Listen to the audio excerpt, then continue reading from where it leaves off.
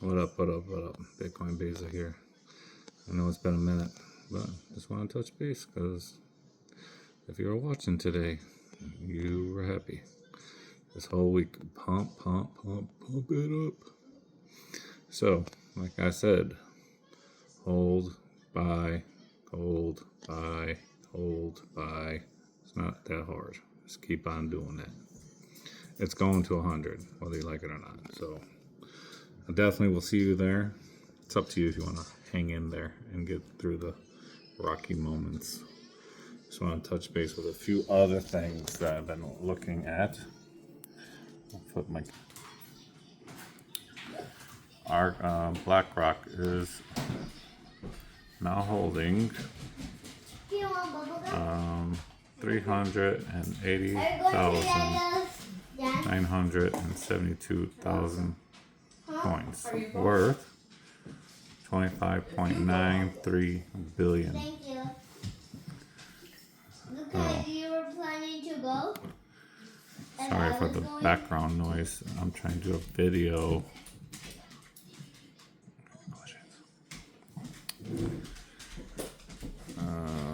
Looks like let's show you El Salvador. My other favorite guy. El Salvador government now holding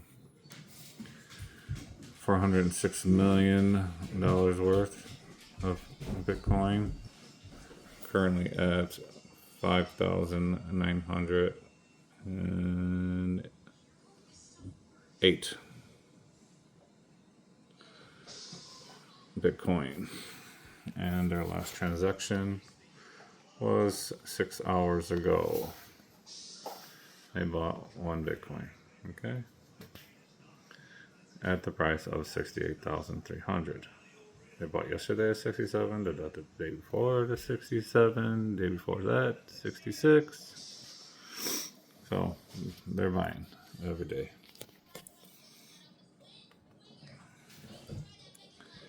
And I didn't show you on BlackRock.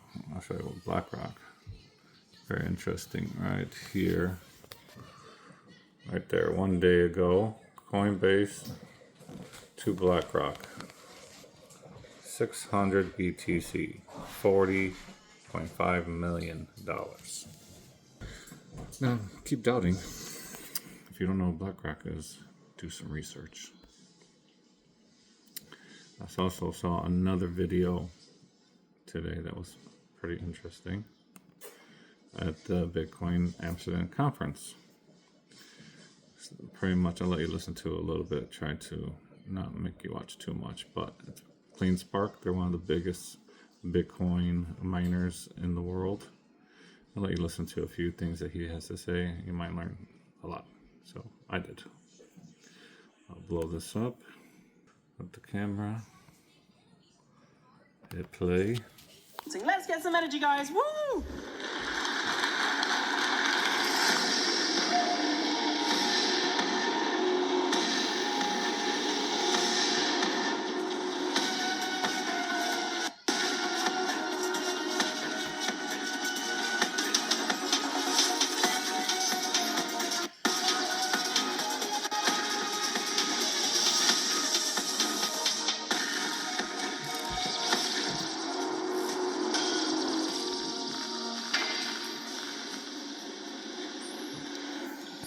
Hey.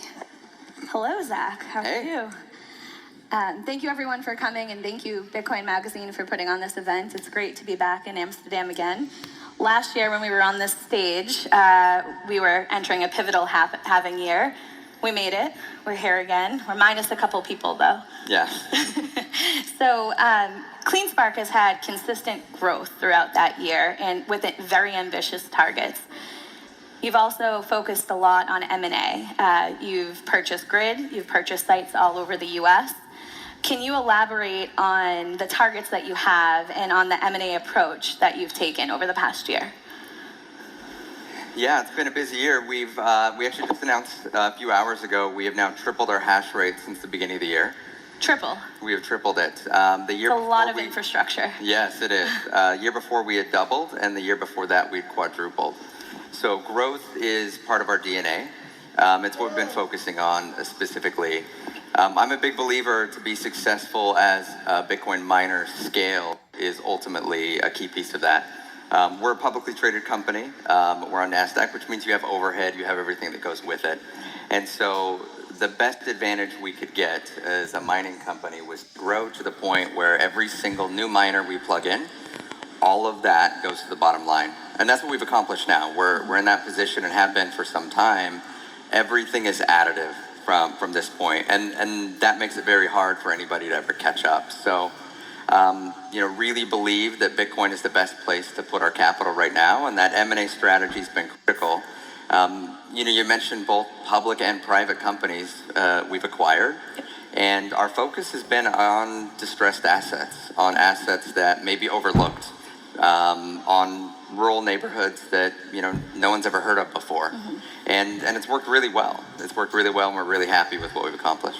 I think that's one of the main points that always gets lost is that Bitcoin mining goes really anywhere, right? And so rural communities, they are revitalized because of mining, which otherwise might not have been a thing. So pretty cool to see those random places in the U.S., right? Oh, absolutely. And they're full of hardworking people that, when you think of how, especially in the U.S., how highways got built.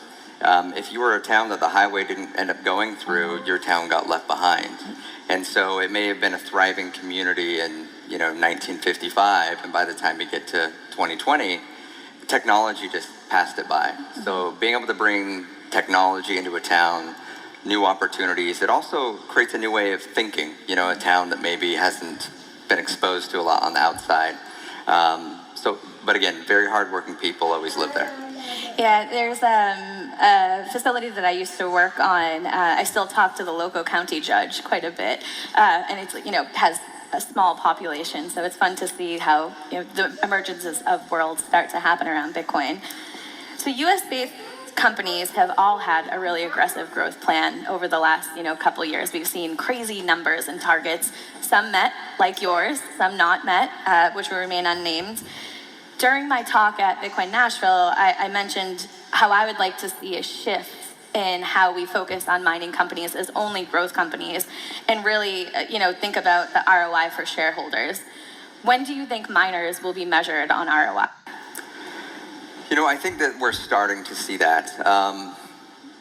It's when the industry or the investors start buying strategy over ideology. And I think we're getting there. And what I mean by that is everything we do needs to have an ultimate outcome for the shareholders. That's what we are at the end of the day as a business. So if the right move is to hold all of our Bitcoin, which we're doing right now, or if the right move is to sell some, that was actually our bear market strategy. We built the Bitcoin balance to a certain point, and then we did what miners are supposed to do. We distributed that in the world. Bitcoin is to be used by all of us, to be held on single company balance sheets. As much as that adds value, that was really part of Satoshi's plan, is miners were to distribute it out and use it. So I think it's about taking the steps that actually add value. The missed targets are a big one. It used to be that a miner could throw up any headline and their stock goes up 10%. I really like where we're at now, where the rewards are not automatic. You have to earn them. But I still think that there's a ways to go. Yeah, if you think about it, we've looked at miners and what they report. And so across 20 different miners, we've seen, 13 different metrics, or, more than that.